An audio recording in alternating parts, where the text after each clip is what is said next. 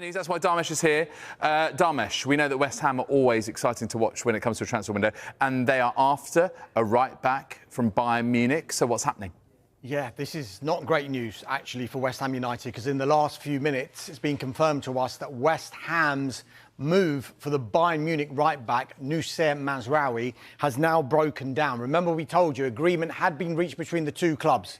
16.5 million euros initial fee, 3 million euros performance-related add-ons. That was all agreed between the clubs. However, the finances of the contractual details, they couldn't be agreed upon.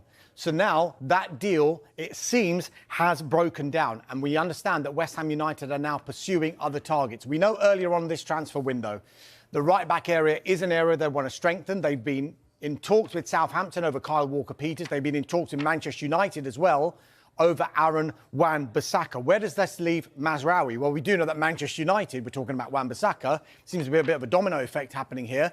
They were interested in Mazraoui, and we are told that talks are ongoing between Manchester United and Bayern Munich over this man, Noussair Mazraoui. So let's see where that develops to. However, I'm talking about this domino effect. We've always said that Manchester United are doing due diligence on various positions, but they need to create squad space and budgets to be able to pursue these deals. And so Aaron Wan-Bissaka is actually key to what Manchester United can do. He's into the final year of his contract at United. There are no talks planned as it stands over extending that contract. And so effectively they are listening to offers. There have been interested parties. I've mentioned West Ham United already, but he is key now to whether Manchester United can go into the market to bring in another right back.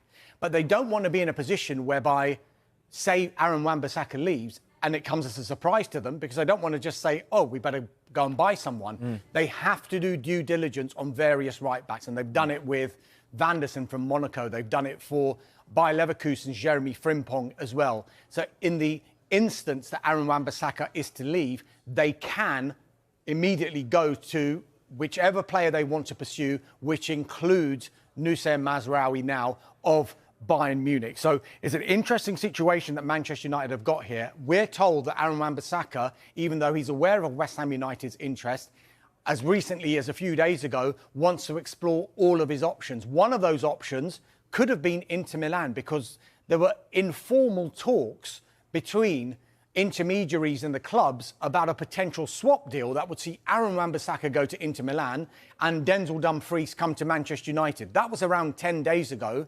That hasn't been revisited since, but revisiting those talks, I'm told, has not been ruled out. But the big news in the past few minutes, it's been confirmed to us that West Ham's move for Bayern Munich's right-back, Noussair Mazraoui, has now broken down, and Manchester United are in talks with Bayern Munich over that very player. Yeah, and we talked about this yesterday, didn't we, Dharmesh, about how Manchester United, especially with Dan Ashworth now in post, more strategic, more in control of the transfer window, don't seem to be drawn into long old transfer sagas over one player, seem to have plan A, plan B, and thinking about things, you know, more in a strategic way. And C and D, what about options at left-back for Manchester United? What can you tell us? From the outset of this transfer window, we were talking about a centre-back for United. Lenny Yoro has come in. We were talking about a forward. Joshua Zirkzee has come in. We were talking about the full-back positions, but that was providing a player left in that position. The left-back area is slightly different, because they are looking at players in that position only because of what happened last season. You had long-term injuries to Luke Shaw. He was in and out of that team because of injuries, but also Tyrell Malacia was out for the entire season. And he's actually not gone on the US tour because he's still recovering from what kept him out for the entire of last season. Hence why he's been kept back at the Carrington Training Complex, working with the medical team back in Manchester, just to get him right for the new season. So United, with all of that in mind, are looking at other options.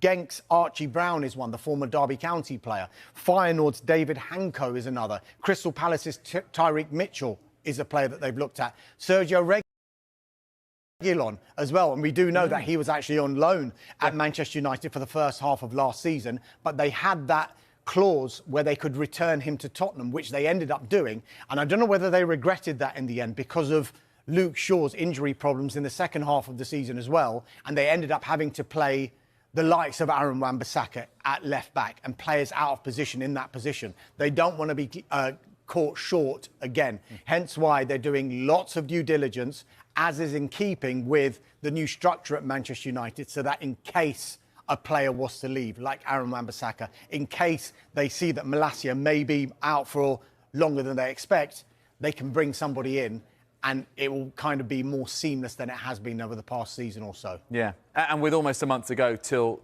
deadline day, it is United who are dominating this window, and a lot of focus as well on their midfield. So what about potentials, ins and outs there in that department?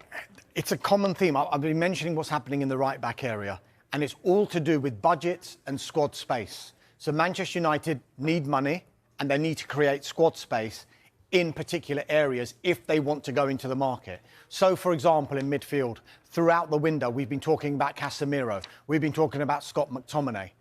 Actively not looking to sell, publicly not looking to sell, but if good enough deals did come in, then they would be considered. We're told that the Saudi interest, which was quite strong earlier in the window, was somewhat cooled in Casemiro.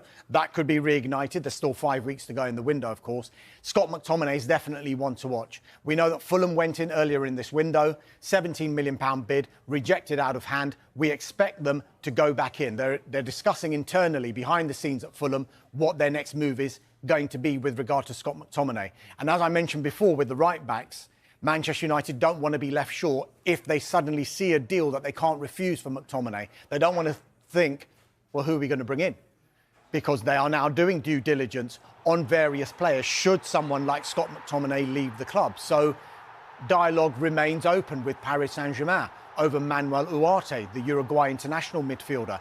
Big gap in valuation between what Manchester United are prepared to pay, what PSG want. But the player himself is thought to be keen on the move. Paris Saint-Germain want to do the deal, but I don't think Manchester United will be wanting to do a deal at the prices that they want to do. If they are willing to compromise, United will return to the table. There are other players that Manchester United are looking at in the central midfield area. Youssef Fofana from Monaco is one. Sofian Amrabat is a name that won't go away. We know he was on loan last season. There was an option to buy him for €20 million. United don't want to spend that much, but they're in talks with Fiorentina, potentially about bringing that price down.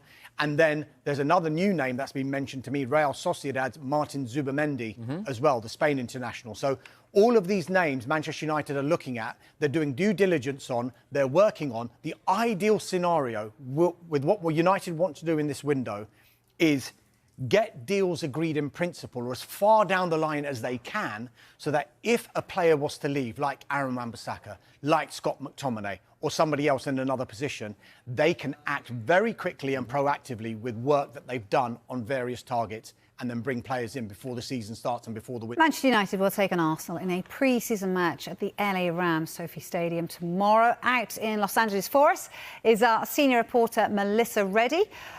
Good to see you, Melissa. You spent the day, didn't you, with United yesterday. What's the feeling in the camp then, in terms of the fact that they've decided to extend Erik ten Hag's contract?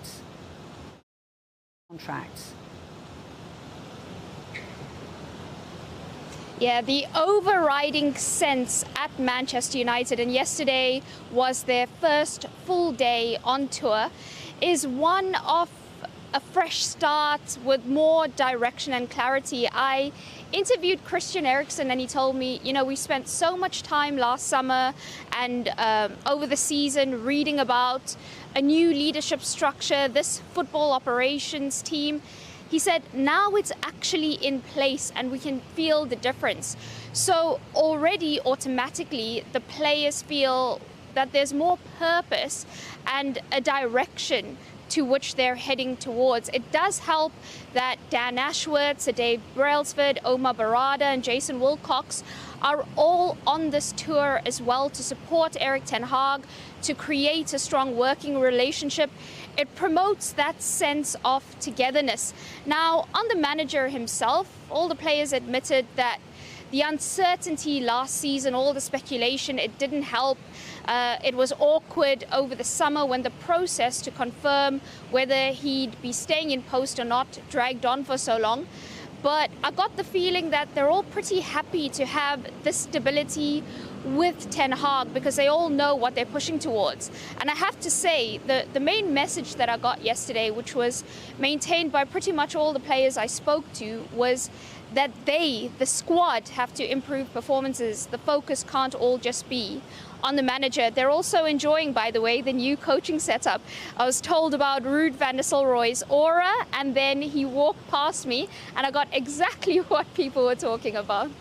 Yeah, I'm sure you did. Yeah, he has got that presence, hasn't he? Look, you will be talking to Erik ten Hag later in his press conference. I know you'll have your questions at the ready. No doubt, though, they're all going to be about the transfers.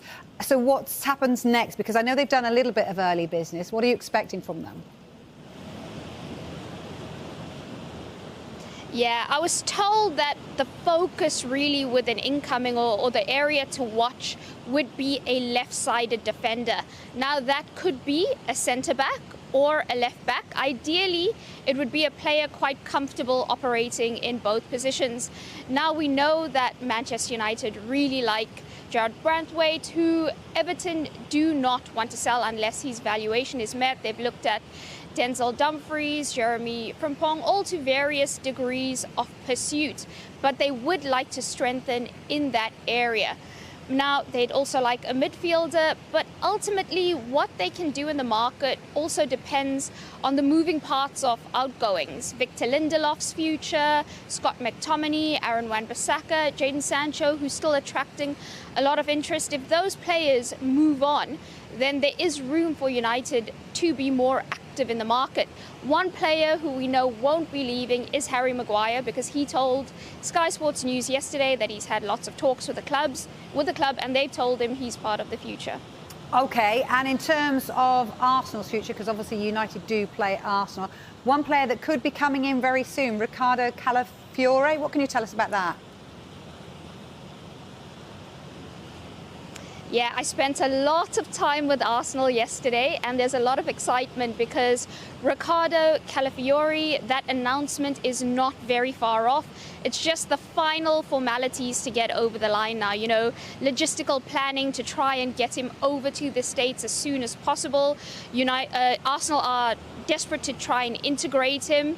I think what that signing tells us is a lot about Arsenal's approach to this market and them looking at fine margins, because defence was their strongest point last season, so everyone expected them to go all out for an attacker, and what they've done is brought in another centre-back who can play left-back as well. And that's because when they were doing their analysis, they looked at areas where they lack consistency, and that left side of defence was definitely one of those areas. And they thought, if we improve there, if we can gain more solidity there, even though our defence has been so strong, that's going to give us that extra 10-15%, which will be quite helpful. Now, Mikel Arteta also likes to have 8 defenders at the start of the season to work with and to rely upon during a campaign, and he didn't have that at any stage last season. So yeah, Arsenal really looking at areas where it might not seem that obvious to us, but it makes sense to them. Also, I think that Calafiore deal tells us a lot about the club at the moment, because it shows us they can get a head start on rivals for the players. They had a deal active before Real Madrid and stuff came alive to the prospect of getting him. They're also selling quite a good vision, and now the focus is on also selling well, as we've seen with Emile Smith-Rowe, who Fulham are on the verge of completing a club record deal for. They also want to secure moves to get more minutes